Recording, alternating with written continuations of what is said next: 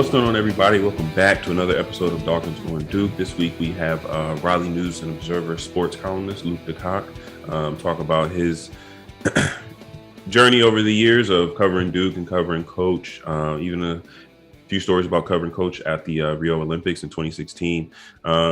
We did record this Wednesday morning, so before the UVA game. So if you're wondering why we didn't talk about that game at all, that is why. But as always, make sure you check us out over on our YouTube channel, The Field of 68.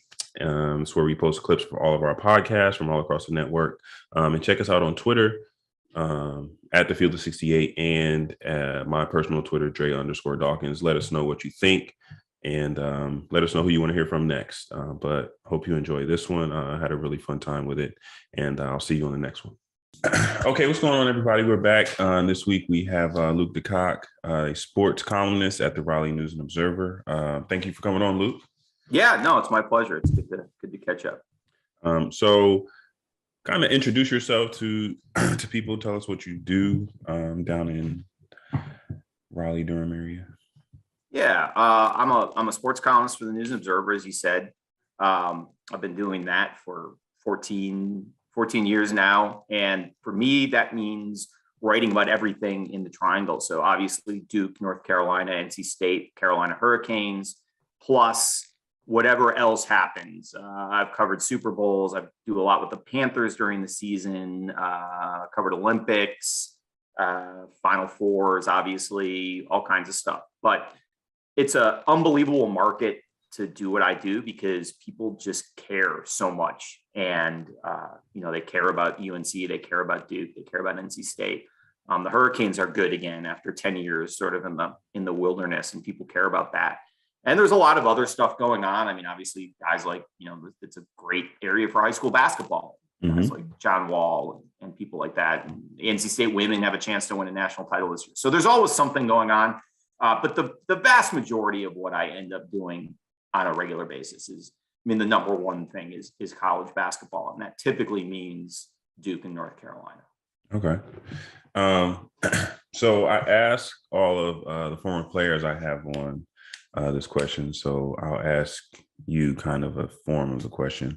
What is your welcome to covering Duke moment? Most people would say it involves sitting on press row in Cameron, and having some student, dry hump the back of your chair and spit on your laptop, which I actually, we can talk about this later. I have my own seat now, not on press row, nice. which is great. No, for me, it was actually before I covered Duke. It was 2005. I was covering my first job when I came to Raleigh for the first 8 years I was here, was covering the Hurricanes as a beat writer. But 2004-05, the NHL didn't play because of a lockout. And so they pulled me into basketball coverage in 2005. And I went with Duke in the NCAA tournament. And the first round was in Charlotte. The first weekend was in Charlotte, and the second weekend was in Austin, Texas. And I remember I was working on a story because it was 10 years after the whole 1995 Pete Gaudette thing. And I was working on a story about that and kind of what's changed and what happened in the decade since and all of that. And I remember asking Kay about it at one of the big NCAA press conferences in Charlotte and not knowing what would happen. I mean, he'd been asked about it obviously during the season, but how those NCAA press conferences can get sometimes, they can get a little frisky. And it wasn't, his answer was fine. Like it was good. And I used it in the story, but I just remember sort of, you stand up and you have to identify yourself and asking that question in front of all those people and him sort of staring daggers at me while I asked it. That probably more than anything was my welcome to Duke, covering Duke moment.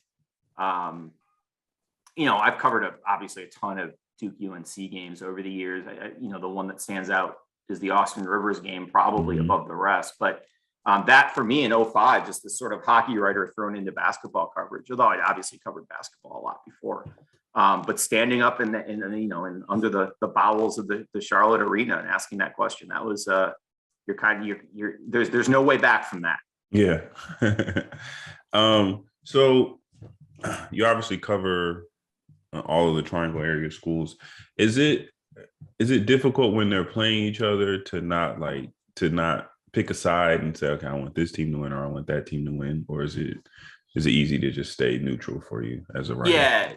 No, it's totally easy to stay neutral. And the thing that we root for as journalists, all of us, is the story. Like, we want interesting things to happen that we can write about.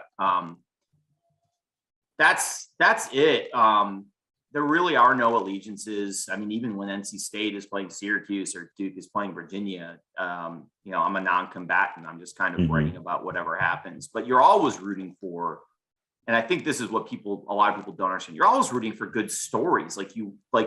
It's almost always, not always, better when the teams are good. Right. So you want them to be, top 10 teams. You want a chance to cover the Final Four. You want to go on a long NCAA tournament run, not because you're rooting for the team, because it's fun. Like, covering the NCAA tournament is fun. Like, it's one of the few things in this job where, you can actually really savor and enjoy it. It doesn't feel as much like work, not because you get to watch games or you're rooting for the teams, but because everyone cares so much and you feel like you're just kind of at the center of the universe. Plus, typically, not always, typically NCAA tournament sites are places you would like to go, and you do get time off, at night, or even during the day on game days. Some of these places are great places to go for a run. I had a run for a while where I was running across rivers and into new states and like 4 or 5 straight NCAA tournament sites in Omaha and Memphis and Philadelphia and places like that. So, no, you really don't have a rooting interest other than, like, let's have some stuff happen. Like, I'm not going to lie, like that, the Michigan, Wisconsin thing the other day with Juwan Howard and Greg Gard and all that, like, great for you I'm not guys. saying I want people to get in fights or anything. Yeah. But like, that's something that would be interesting to write about. Even like the Pitt game in Cameron a couple of years ago when Kay lost it on the students over the Jeff. Yeah. Like, I wasn't there that night, but like, that was interesting because for some of us who have been around for a while, you can get into sort of Kay's relationship over the years with the Crazies, and kind of in that 08-09 period, he was on them a lot. Like, he was on them a lot, criticizing them and pushing them and all that. So that's what we're rooting for. Like, give me stuff to write about that people want to read. I'll take that. So, like, in the aftermath of, let's say, the Austin Rivers shot, what is it? Shot goes in, game's over. Like, what is that like for you? Are you scrambling to try and get something out? Is it just hectic for you at that point? Yeah, that one was. I use that as an example. Like, if I speak at like a Rotary club or something like that, like Durham Sports Club, of how hard this job can be at times. Because here's the thing people don't get about that. And this has changed a little bit in the 10 years since, just because of the way the newspaper industry has changed. But at that time, so that's a Saturday night, I think, like, I have a deadline to get a column in the Sunday paper the moment the game ends. Like, I have to literally hit send at the buzzer. So normally you can work your way through that. You can write some sort of general stuff. And if the game's a blowout, obviously it's not that hard. But, beat writers do that all the time. And it's easy for them because they can pack that with a lot of what happened during the game.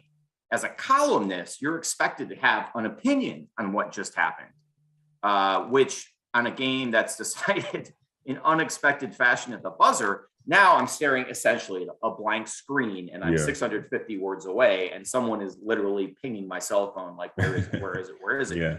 That one was particularly tough because I think UNC led by like 10 with they were up 40 pretty to much go. the whole game. Yeah. So I had a column written that I was ready to send at the buzzer. And then in that minute 40, even down to the last 20 seconds, I think right about the time, 40 seconds, right about the time Zeller tips the shot into his own bucket, I'm still thinking, okay, I can tweak, I can say, all right, and then Duke rallied at the end, whatever. There's a lot of sort of, little tweaks.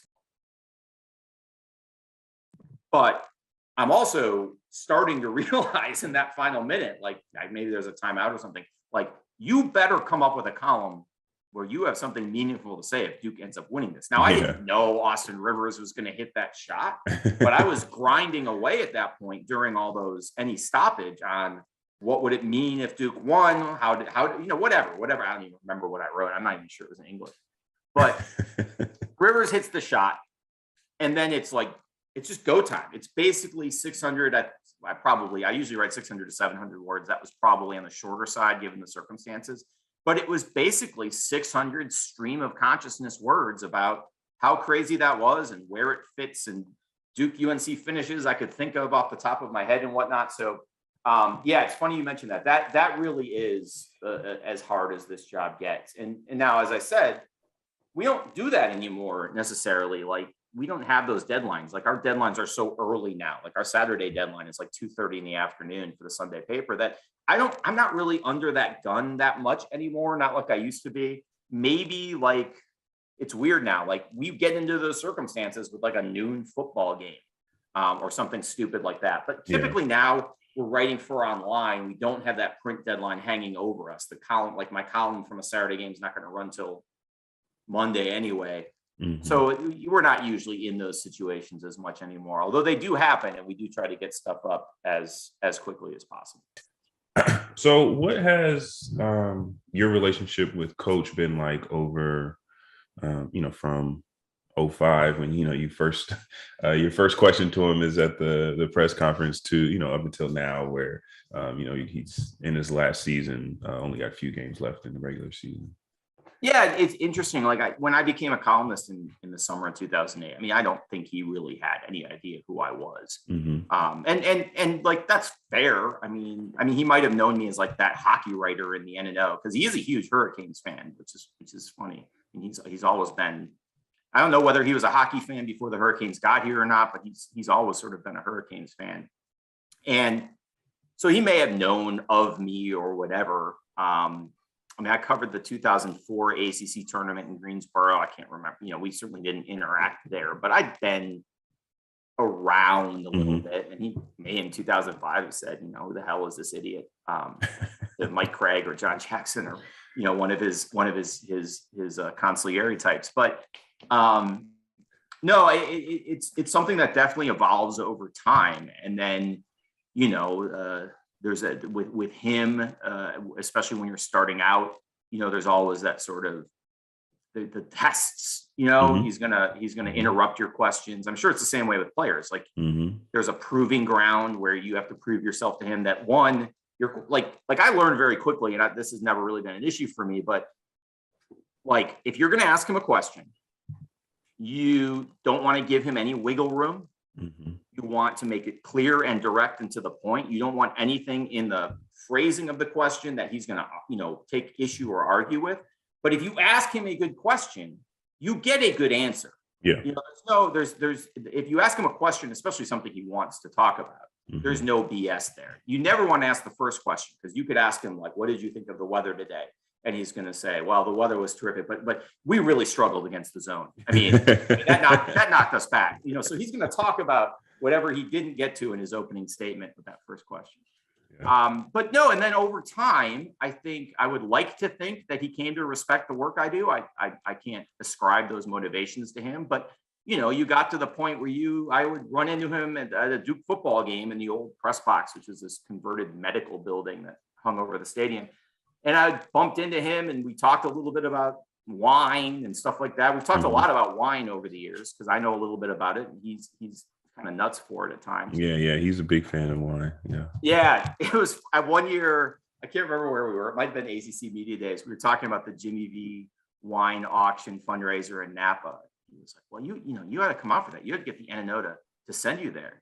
And it's like $12,000 to get in the door. And I was like, where do you think I work, man? Come on.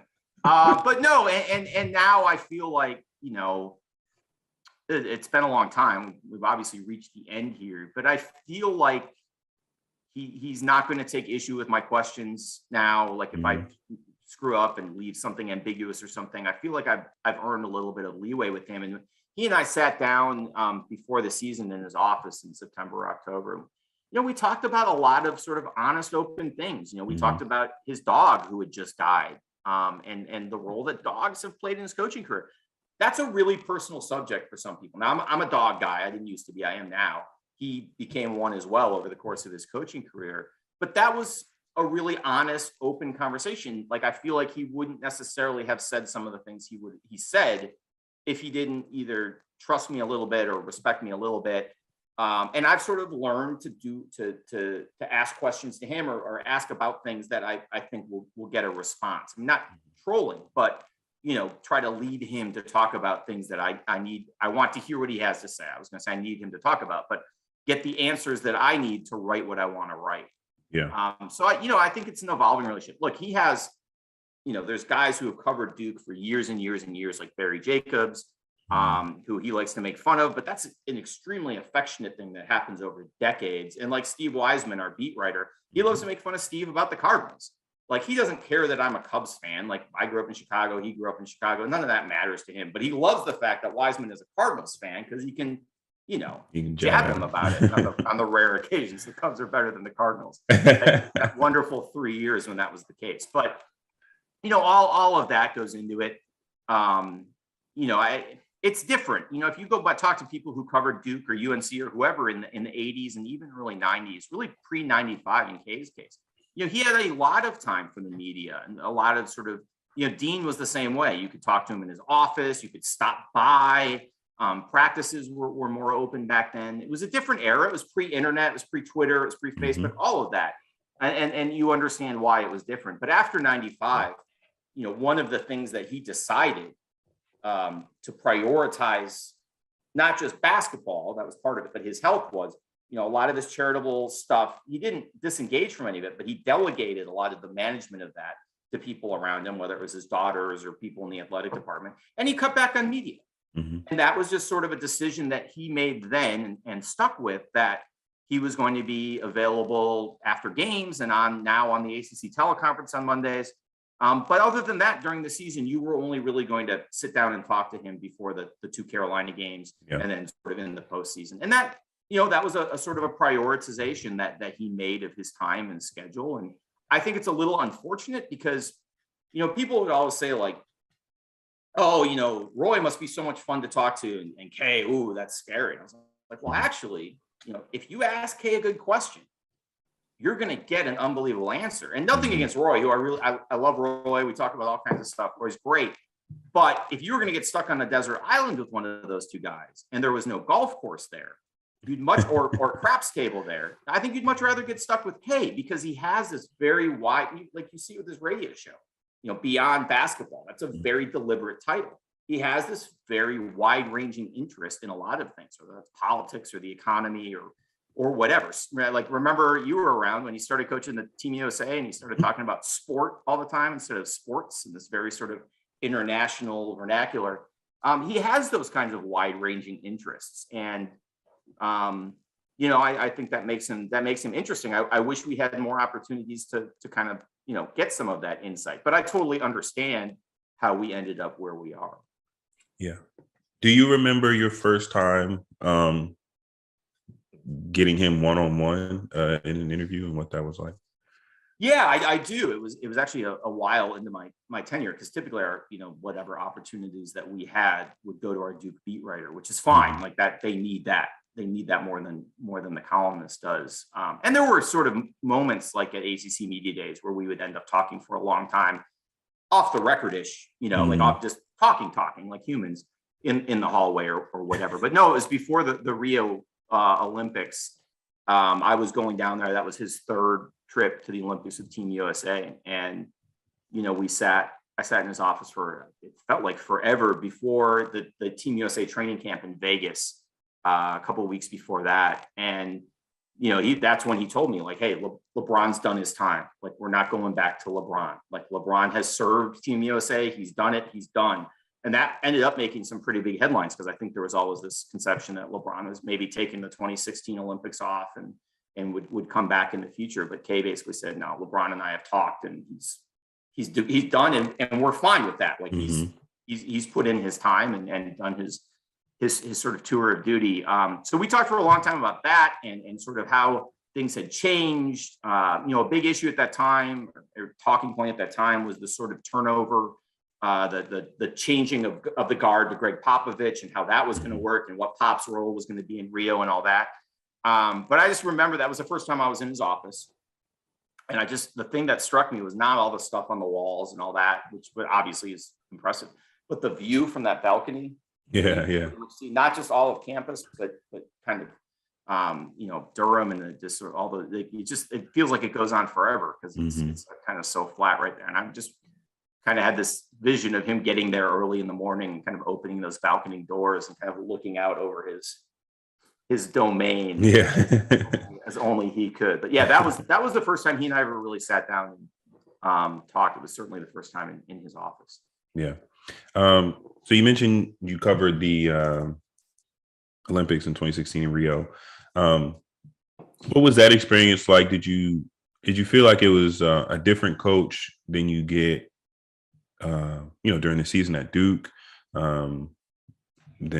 as opposed to, him coaching the NBA guys and being down there for the Olympics? You feel like he was not a different person, but just there's a difference in him and dealing with him with Duke stuff as opposed to dealing with him with the Team USA stuff.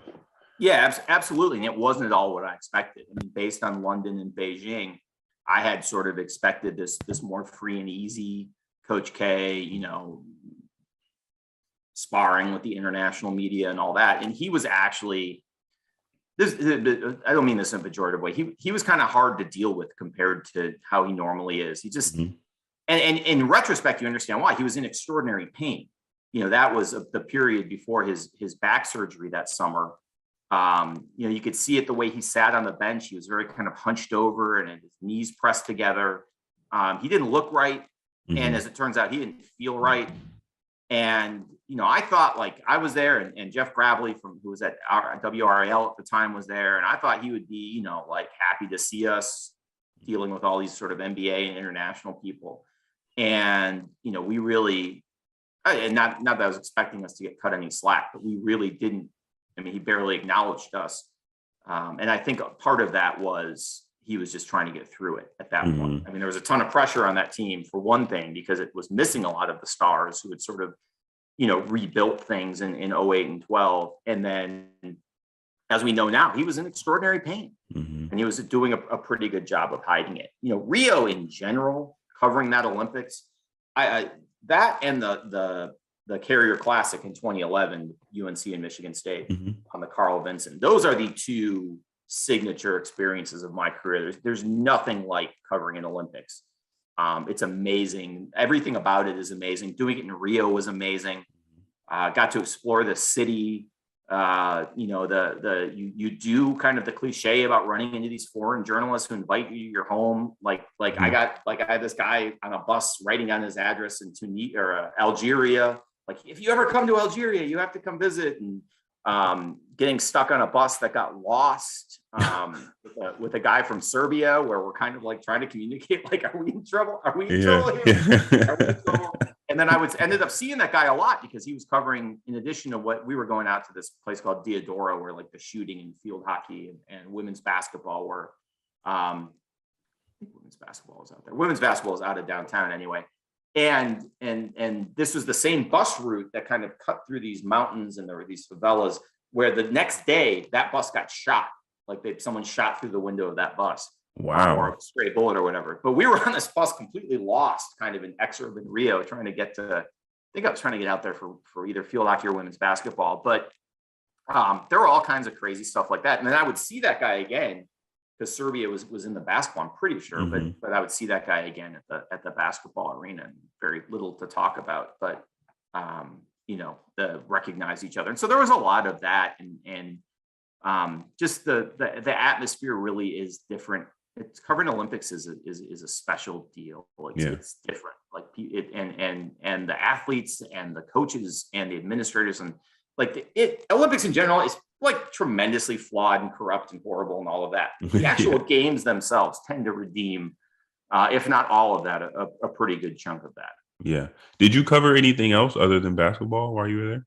Yeah, I did. I was there, for the NNO, and we were very concerned about, Kay. I mean, one of the narratives was, if he won a gold medal in 2016, he just won a national title in 2015. Would he potentially drop the keys on the table like Dean Smith did for Bill Guthridge and walk away, the third gold medal or whatever? So there was always that sort of paranoia about that happening. But I did, I had all kinds of things, long distance swimming, target shooting, women's basketball, field hockey. I didn't do a little swimming, did a little swimming. It's just kind of wherever we had people from North Carolina or people from Duke or NC State or UNC, I would try to get to those places as much as I can. Basketball though was the priority, and it's crazy because the sort of media availability like after a game is very structured. You have the coach's press conference with like 10 interpreters around the walls doing live interpretation, and you have the mixed zone with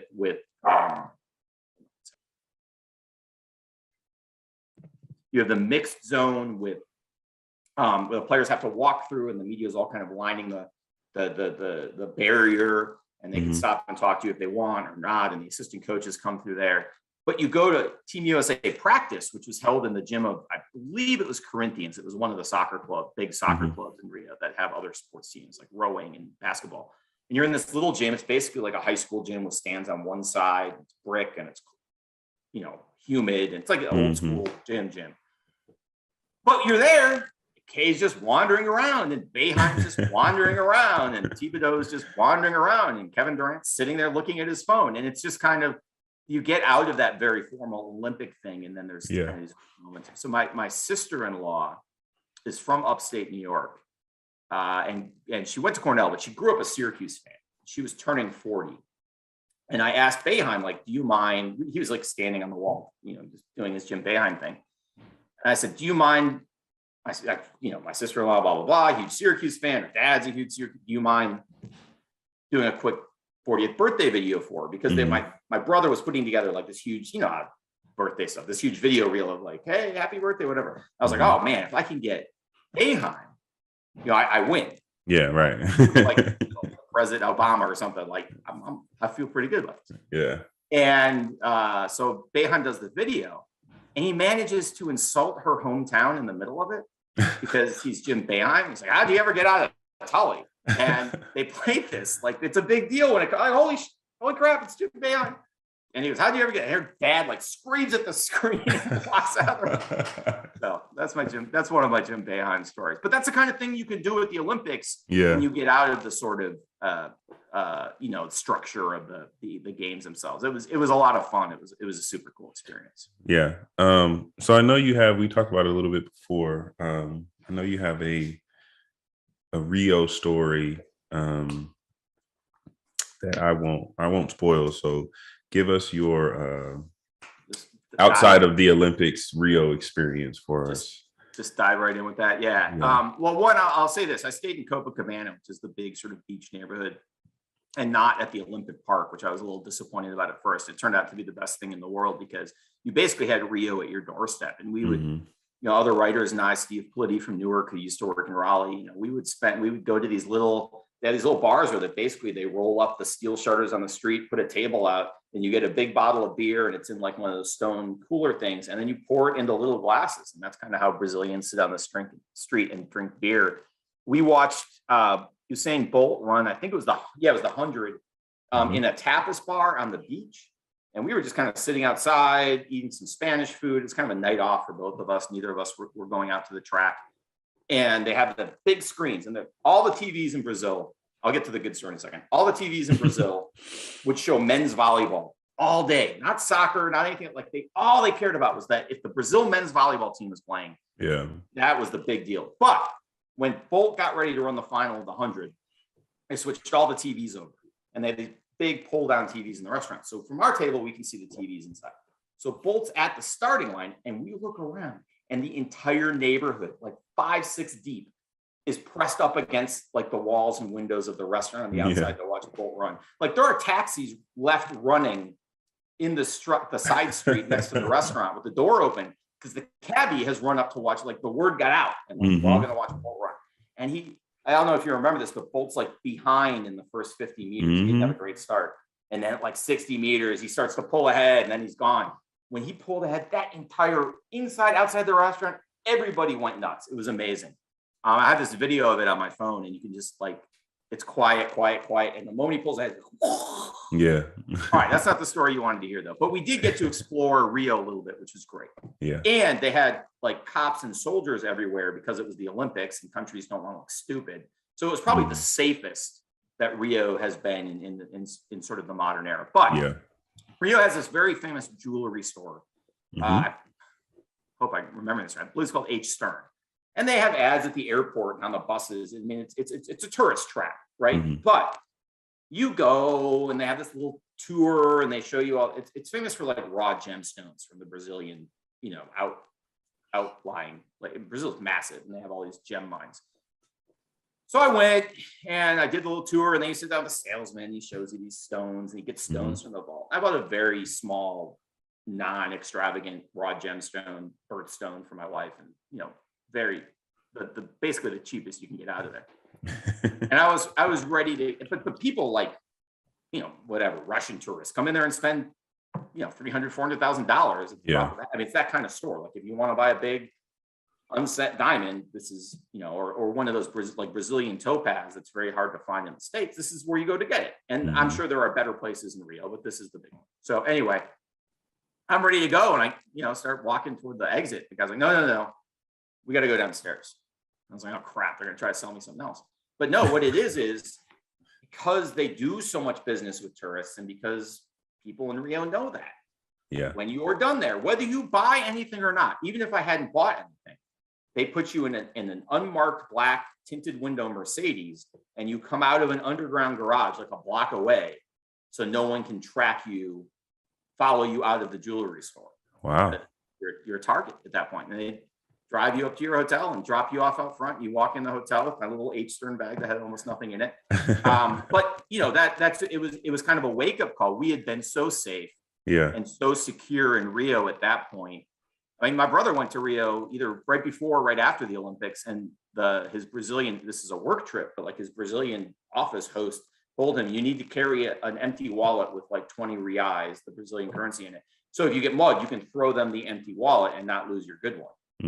We didn't do any of that. We were fine. We walked around late at night. I'd get back, the bus would drop me off, or we'd take the subway back late at night or an Uber and walk the 5 or 6 blocks to our hotel, which is back on the side street up against the mountain. It was wild, but that was my welcome to Rio moment, really. Well, that and the very first night I was there, someone stole my credit card number. Oh, that's the that worst. was my other welcome to Rio moment. But it was awesome. And I loved Rio, and I wish it were that safe all the time because I would go back in a heartbeat. It's one of the most amazing places on earth. I mean, the mountains come out of the sea at a 60-degree angle. You just completely overwhelmed by the scenery at time. The people are awesome. It's fun. They're lighthearted. The food is great.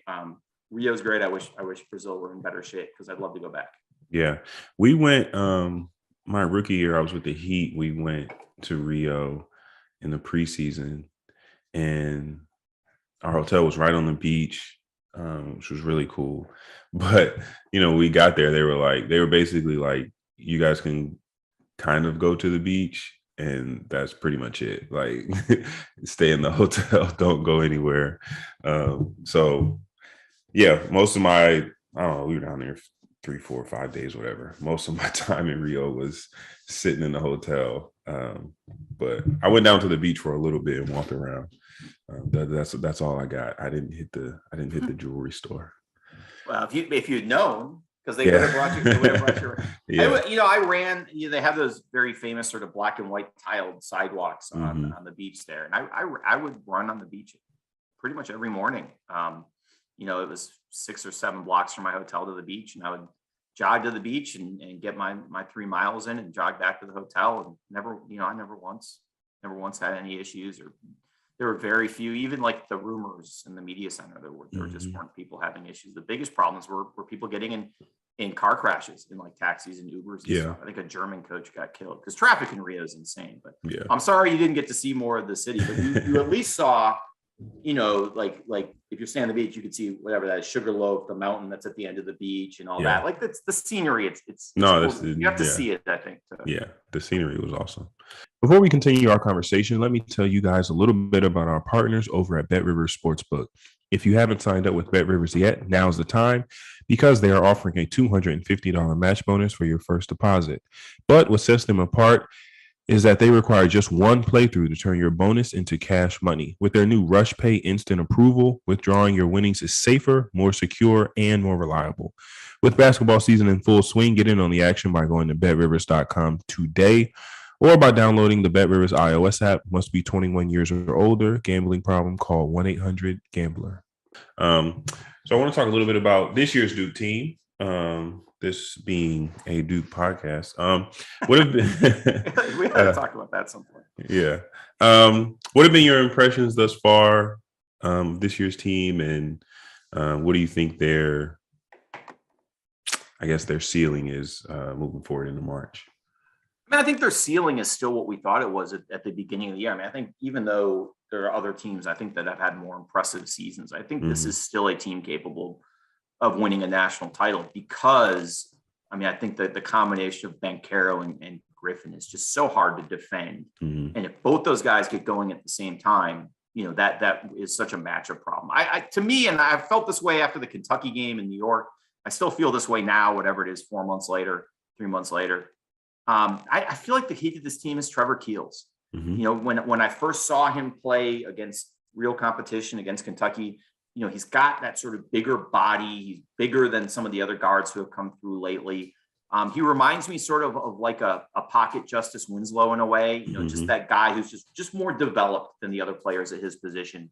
And that is, you know, you go back to the, whatever, you know, some of Duke's earlier exits, the South Carolina loss in 17, maybe Oregon in 6, I think it was Oregon in 16, if I remember correctly.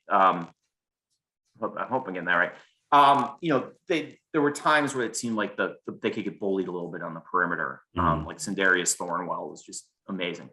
And I think that this team that Keels is kind of the antidote for that a little bit. Also, I really wish we've seen all these like narrow losses, these one possession losses.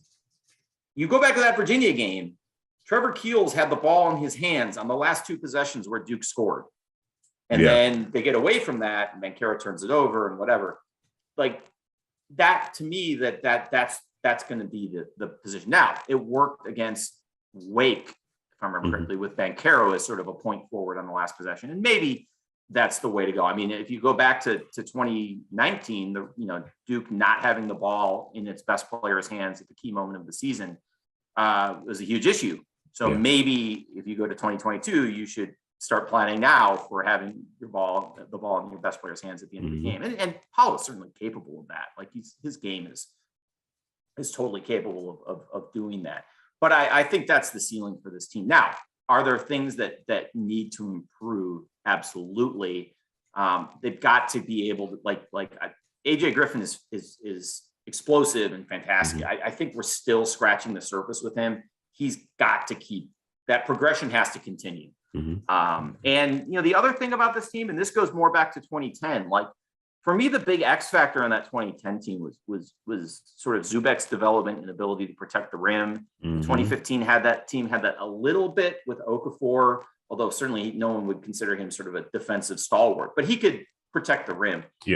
Mark Williams' ability, in theory, to make up for breakdowns on the perimeter, I think is another key thing for this team. Like he can be so good in that role as that sort of secondary, you know, things break down and someone comes down the lane. He's got to stay out of foul trouble.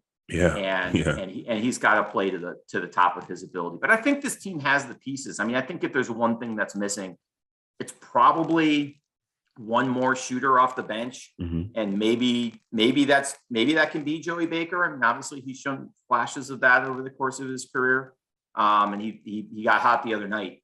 But I feel like if there's one thing that this team really could have used, it would be sort of one more perimeter shooting threat off the bench. But you know, you look at the games they've lost, they've all been close games. They beat Kentucky, they beat Gonzaga. This may be a case where we're letting a few possessions sort of color our perception of this team in general, because you know, there other than the Ohio State game, which is a blown lead as opposed to sort of a late last possession collapse, this team is really not that far from being a one-loss team, and a one-loss team that's beaten Gonzaga and Kentucky. I think that gets lost a little bit when people just sort of look at the raw record and the analytics. if Duke were number 2 in KenPom, I think we would have a different feel about that. But it's not. I mean, it's 8 or 9, 7 or 8, I think. But I still think that this is a team that's capable and has the horses to make a deep run in the NCAA tournament. If you think about it, starting in Greenville, they won't have to play South Carolina this time. Yeah. And then potentially going to Chicago or Philadelphia. The Chicago, I think the NCAA is going to put Duke in Chicago, regardless of how anything works out, because CBS is going to want K in Chicago. But that is potentially a relatively soft ask. Now, Pat. Now the thing is, and this was the way in the Saturday reveal, they had Duke going out west in the Saturday reveal. Yeah. Hayes never won an NCAA tournament game in the Pacific time zone.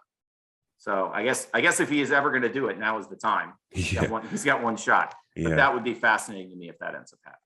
Yeah, we had an experience in Anaheim my sophomore year, and that didn't end well with Derek Williams. Williams in Arizona losing his mind in the first half. He doesn't lose his mind in the first half. We win by like 15, but he kept him in it. Let me ask you this: how much of your guys' ability to defend him on the perimeter was hampered by the fact that it was only Kyrie's 3rd game back? I don't know if it was that. I do think Kyrie being back, it shifted things a little bit, right? Because I think we had gotten into a really good rhythm. Guys knew what was going on. Nolan obviously was amazing that year. Kyrie being out and leading us, and Seth had really come into his own that season. I was comfortable in my role coming off the bench and whatnot, and so like we had a really good rhythm. And not to say, obviously, if you have a chance to put Kyrie Irving on the court, you're going to put Kyrie Irving on the court. But it does change. It changes things, right? It changes things for Nolan, especially. He's on the ball most of the time that year. And then, Kyrie comes back. The dynamics are a little bit different. So I think that was, a bit of an adjustment. And it wasn't, he had really just come back to practice with us like the week before. So it wasn't like, he was in practice with us for weeks and then he came back. It was, he had just gotten back into practice. And most of that time the week before, he was with us on the second team. So he wasn't even really getting a ton of reps, with Nolan, with Kyle, with that first team. So it was different, and it was an adjustment. And then as far as Derek Williams, man, I don't know if like he was amazing. Yeah, it was ridiculous. And I feel bad, Ryan was on him, and Ryan was playing really good defense. He was just hitting some tough shots, and he kept him in it. He kept him around, and then in the second half, they kind of pulled away down the stretch. But again, I think he missed a couple of shots in the first half.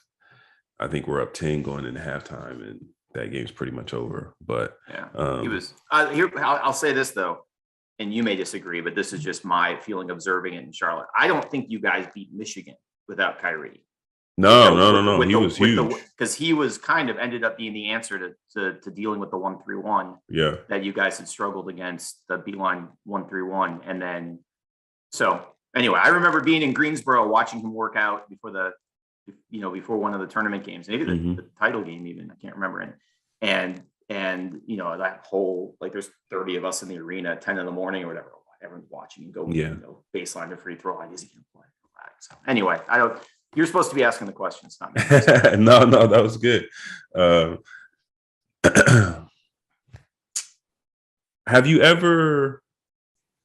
Do you remember a time in covering college basketball in the Toronto area where the ACC was so down? I think for maybe like outside of like 2 weeks of the season, Duke has been the only team in the rankings at all. Do you remember a time where the ACC felt this bad, I guess. Yeah, it's hard. There have been periods of time where it felt like it was Duke and UNC and everybody else. I mean, people forget that the ACC didn't have a Final Four team between 2010 and 2015. That 11, 12, 13, 14. That's the longest Final Four drought in ACC history.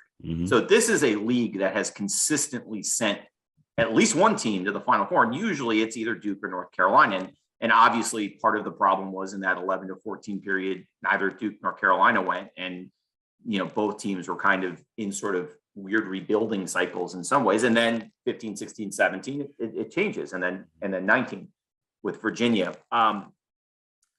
If you go back to sort of, I mean, you can break it down, and there have been years that have been sort of this bad. But typically you've had two things have happened. One, you've had 2 or 3 teams at the top that are Final Four contenders, like Duke and Carolina and Maryland, or Duke and Carolina and Georgia Tech, Duke and Carolina and Virginia. There's a group of teams at the top that are kind of fighting it out to be at the top. There's in the standings there is this year, but I don't think anyone feels like, if Duke and Notre Dame played 10 times on a neutral court, that Notre Dame's going to win 6 of those. Yeah. And the other part of it is, and this has been true for the last 3 or 4 years, except for sort of the Jeff Bizdelic era at Wake, we haven't seen the bad teams in the ACC be this bad. Yeah. And that drags everybody down. When the worst team in the ACC, whether it's a 12-team league or a 9-team league or a 15-team league, is still in the top 150, which has happened a lot over the years, it kind of holds everybody else up. But what we've seen with over the last really since 2019 and in the sort of the 2020 non-season, 21 this year, teams like Pitt, Boston College. I mean, there were outliers like this, like the BC team where Dennis Clifford, what was your best memory of the season? Going out to eat with the guys, like that famous bad BC team. Yeah. But we haven't seen that consistently or multiple teams like that. And then you throw in, okay, Syracuse, perennial Sweet 16 team, down. Louisville, added to the league despite everything because they were good at basketball, is terrible. Jeff Capel, I'm baffled by it, but he hasn't really been able to get Pitt going. They've never recovered from the Kevin Stallings disaster. Miami's back this year, which is great because those Jim Larinaga teams that competed with, Shane Larkin and all those guys, that was great for the league. Leonard Hamilton has had one of the better, more consistent programs at Florida State the last 10 years. They're down this year. Yeah. Georgia Tech wins the ACC title last year, maybe the worst team in the league this year. NC State, 2-time national champion, hasn't won an ACC title since '87, but usually pretty good. They're down this year. I think they'll be okay, but they're down. Team back is great for the league. Clemson's had better teams. It's a combination of a lot of things and a lot of teams that you depend on to be at least decent to be NCAA tournament teams. Just aren't. I think the league is better when Wake is good because then you get the whole Big Four going. I think it's better when Notre Dame is good because I'm a huge Mike Brey fan. And I just would ask him his opinion on anything and write a column about it because he's more entertaining than me. I think it's been great the last few years that Leonard Hamilton has had a team. In 2020, that was a Final Four team. Yeah. Like they may not have made it there, but that was Florida State had a Final Four team in 2020. So, you look across the ACC, other than Duke, it's just not there this year. Like Notre Dame is okay. I think Notre Dame has gotten better. Miami is good. The guards are great. Sam Wardenberg had this running dunk last night against Pittsburgh. That was like, you're rewinding it to make sure it really happened. The Hurricanes have some stuff going. And then, North Carolina, maybe the second most talented team in the league, but who knows what you're going to get on any given night. It's hard for a lot of your programs that you count on to be good or very good to suddenly turn out to be good, okay, or bad. Yeah. And that's kind of what's happened. And the big question, and I don't have an answer for this, is this cyclical? Will this all resolve itself in 2 years? Or have there been fundamental changes in the game of college basketball? Financial changes, recruiting changes, transfer changes, assistant coach departures, things like that. Are there fundamental changes in the world of college basketball that mean this is a trend and not a blip? And I don't have the answer for that because I don't necessarily see those things happening other than since the SEC got a lot more money than everybody else, the SEC is suddenly a lot better at basketball. Yep. And that to me is the one dynamic that's changed. And you look at guys like Walker Kessler, who are, playing for Auburn instead of UNC this year, little things like that can make a difference. Yeah, absolutely. So we'll end on this one. Obviously next Saturday, is Duke Carolina coaches final Duke Carolina game, coaches final game in Cameron. What do you expect that scene to be like? The only thing that I can compare it to in my experience would be the 2019 Zion UNC game, with Obama there and, the tickets for 10 grand and, Obama saying his shoe broke. One of my favorite moments. That this will obviously eclipse that. And I think we got a sense of that, what it's going to be like just at the Wake game. Like there were like 22 former players there. Trey and Tyus Jones were there. Guys that we haven't seen a lot in Cameron, some of them because they're playing in the league, but it was just, it was, you got the sense of something building. Here's my question for you. I think it's gonna be insane is my answer. I don't know that we'll have seen anything like it. And the pressure that team will face to not screw up against a UNC team that can be very explosive. Like if Caleb Love hits his first 4 shots, look out. Like then they're in it. Like the pressure on that team. Like I honestly think the ACC and NCAA tournament will be easier than this game because of the pressure to not screw this up. But let me ask you this question. This is the question I've been pondering and asking people. If they win, especially if they win on like a last second shot, do you think the Crazies will storm the floor? Oh,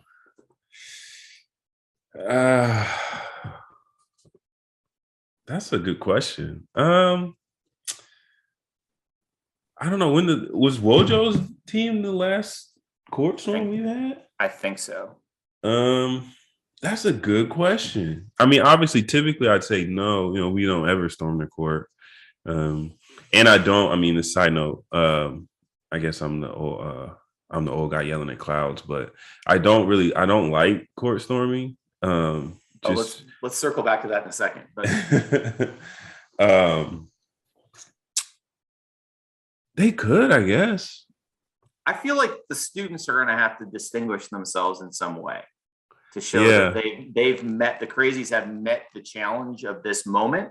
Yeah. And now there's definitely a non-zero chance. Yeah, that's a good way to put it. There's a non-zero chance. Like I think it could happen. Now if it's a 20-point game, then maybe not. Yeah, but they had a big FS Who like TIFO banner that they unveiled during the FSU game. I guess I said Wake. It was I get FSU game. Maybe they're gonna have. Maybe that was a test for a lot of sort of banners and things that they'll roll out during the game. I think that would kind of check that box. But I'm fascinated. I talked to a guy who does sort of arena security as a job, and I was like, "What?" And has spent a lot of time in Duke over the years. I said, "What do you think? Are you planning for that? Like, would you be planning for that?" And he was kind of like, I think we have to plan for it. Yeah. So I don't even know what that would look like. As you know, there's basically the corners and then 2 notches in the scorer's table, kind of at the, between the free throw line and midcourt. I don't know that you can funnel all those people through those spaces without them stomping on press row. Right. Yeah. Press row. If they come over the top, I'm standing my ground. I just put that out there now. Yeah, press row would definitely get killed. And that's the other, like, is there such thing as like a polite court storming? You know what I mean? Like, where they're like, oh, excuse me, let me slide by. Where you see it, and they do a really good job with it, is NC State. Really? You look at, like, you remember the NC State game where they beat Duke and the kid in the wheelchair got tipped over and then rescued by CJ Leslie? I can't remember his name. It's going to kill me. He's going to kill me if he watches this. Will got tipped out of his wheelchair. CJ Leslie rescues him from the storm. If you watch it very closely, all of the State fans come in from the corners. That the security steered them when they saw it was coming onto the court from the corners, and it was a very disorderly conduct. So I think there are ways to do it. I just don't know that Cameron specifically is set up to do that without people getting killed, because the grad students are going to trample the rich alumni. They're going to go straight through. And the undergrads are just going to come right over press row. And I don't know if you've ever sat in those chairs, but when you sit in them as a media member, there's a student on your back and your chest and belly is pressed up against the counter. So if there's ever a panic or a, like a crush thing where, like, let's say there's a fight and everyone backs away, we're all going to die. The whole media will just be cut in half. So I wouldn't say I'm concerned about a court storm. I think if we see it coming, we'll be able to brace ourselves and prepare and defend ourselves. But I'm fascinated whether it will happen. And I'll tell you, the worst court storming I was ever in as a journalist, I was a student, and it was at Dartmouth. Really? Yeah. The 50 people in the building stormed the court after breaking Penn's 40-something game. I think it was 42 game Ivy winning streak. And they did not care. Like, those 50 kids were coming on the court no matter what. And one of them stepped right on my laptop. Oh, no. So, I mean, it was fine. It was the school paper's laptop. I was 19 years old. I was defending myself, but that was, there's no security because it's Dartmouth and there's, 500 people in the building. But that's the only one where I've ever actually felt threatened for my safety. The ones at state have been fine. Like, they do a really good job of funneling them into those corners and getting them on the court, and it's fine. Yeah. I don't think I've been in one courtside on the road, but maybe I've just blocked it out. Anyway, that was my question for you. I was just curious with your insight. That's a good question. It's interesting. But I hate court storming because I feel like, to me, it's telling me that you didn't think you were going to win. You know what I mean? Like, I don't know.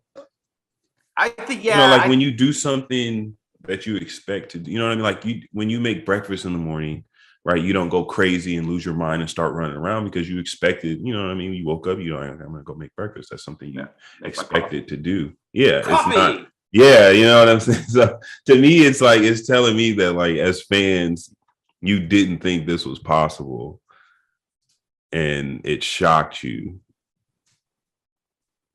Yeah, I can see that. I think that's probably more true for someone who played at Duke, where you're expected to win every single game. Yeah. I think that's for sure part of it. Like, I understand, like the state has stormed the court against Duke at least once, maybe twice in the last 10 years. And I feel like if you haven't beaten a team in 15 years or whatever it is, 10 years, 5 years, and they're the number 1 or number 2 team in the country, like, I'm with you 100%. I'm like, I think the overrated chant is stupid. Like, if they're overrated, what does that say about you? But I get the impulse to celebrate and celebrate a big win, especially if you're not used to it. I think it's different at a place like Duke or North Carolina or Villanova or Gonzaga. Like, I don't think, even if Gonzaga were, I don't know, and they're never going to be an underdog at home, but, like, yes, Villanova should not be storming the court after beating UConn under any circumstances. Yeah, and part of it for me is probably I only experienced court storming against me. I never experienced court storming how many for me. How many times in your career do you remember having to get your butt off the court because the students were coming? Pretty much almost every ACC road loss. Well, I wouldn't say almost every, because let's see, my freshman year we lost to Georgia Tech. They didn't storm. I don't think they may have stormed when we lost at Maryland. I know they stormed when we lost at NC State. Florida State, we were number 1 my sophomore year and they stormed. Pretty much every time we lost to NC State, they stormed the court. Yeah, well, it legitimately doesn't happen that often. I'll plug my good friend Brett Strela, who's a former sports writer who's now a sports info director at App State, is the official keeper for years of the Duke court storm counter, where he tracks every time that you guys have been stormed against after a loss. So Brett is still the custodian of that record permanently. So I can't remember it might have been the overtime game at Florida State this year. I can't remember if the Florida State students stormed the court, but I remember tweeting at Brett, like, Get out the Google Doc. Yeah. I mean, I think I've told the story on this podcast before, but I remember my junior year before Florida State, like they like planned for them to storm the court. And so we had gone out for warm-ups and we warm up and then we come back in and talk one more time and then we go back out on the court. So we had come back in for that last talk. And normally that's when coach comes in and he goes over the last things, Dre, you got this guy, he's right-hand driver, Austin, you're going to be on this block. Like, just last game plan points before we go out on the court to play. And he didn't do any of that. He was so mad. You can tell when he's mad. Like when he walked in, he was so mad. And we were like, what is going on? And he's like, you know what they just told me? They just told me that after we lose, that we're not going to be able to go out, walk off the court this way. We're going to have to walk off the court that way. Some other way than when we walked on to the court to begin with.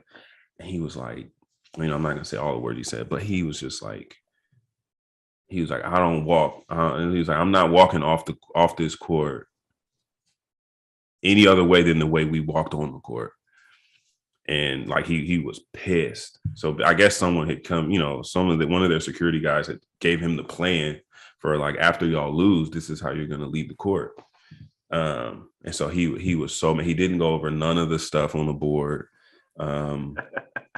And, long story short, we walked off the court the same way we walked on the court. Because we were all like, so ready to go. No. I think we won by double figures. I think I had like 17 and a half. I think we beat the crap out of him because we were all like so up together because he was fired up. So we were all fired up. So, we avoided that court storming. Do you think they really told him that? That's a good question. That's 50-50. It's 50-50. I don't know though, because he was really upset. So can you tell when he's legit mad and just mad to try to shake you guys up? Yeah, I think because he does it like every year. They come in to practice. Like once you get to like junior, senior year, you can kind of see it. Every year they come into one practice, at least one. Just ready to kick you out. So you get kicked out of one practice every year, no matter what. And it's funny. I think it was my last year. I knew it immediately. Like as soon as they came upstairs, I think I told Tyler, I was like, we're getting kicked out today. Because it's it's just you've been there long enough, their personalities and stuff. Yeah, you've seen it a million times. Like I saw it coming from a mile away, and I was like, God, we got to be on it. Like, don't make any mistakes. Like, just like let's focus, let's lock in. And I mean, we got kicked out, but it didn't work. But you could definitely tell that one. He seemed genuinely mad, and also that was my junior year. So the year before, we lost there. I think that was our first loss of the season. We're like 17-0 or something, and they stormed the court. So I believe that one. But anyway, thanks so much for the time, Luke. No, we went a little longer than normal, but appreciate the time. Thanks for coming on. And I mean, from my perspective, I hope Duke goes all the way, and you get to write about Coach winning the national championship on his way out. So it would be a great story. Let me real quick plug my own podcast. Yeah, for sure. If I can. We got the NNO has the ACC Now podcast where we've got interviews with everybody from Hubert Davis to Governor Cooper, North Carolina Governor Roy Cooper on there. Steve Wojciechowski was just a guest with Steve Wiseman. So if you want more Duke, not that you could want any more Duke than everything Dre announced, there's that. And currently on hiatus, but we have 40-something episodes to peruse. The Whistleblowers podcast I've done with Hall of Fame referee John Clockerty. He's on one episode of the ACC Now podcast too. But if you have any interest at all in basketball officiating, he's got great stories about everybody from John Thompson to Coach K and everybody in between. So, and the time someone threw a switchblade at him in Memphis. So, wow. There's all kinds of good stuff on there if you're interested in that kind of thing. But thank you very much for having me and letting me plug my stuff. I appreciate it and enjoyed it. Thank you. Yeah, thank you, Luke.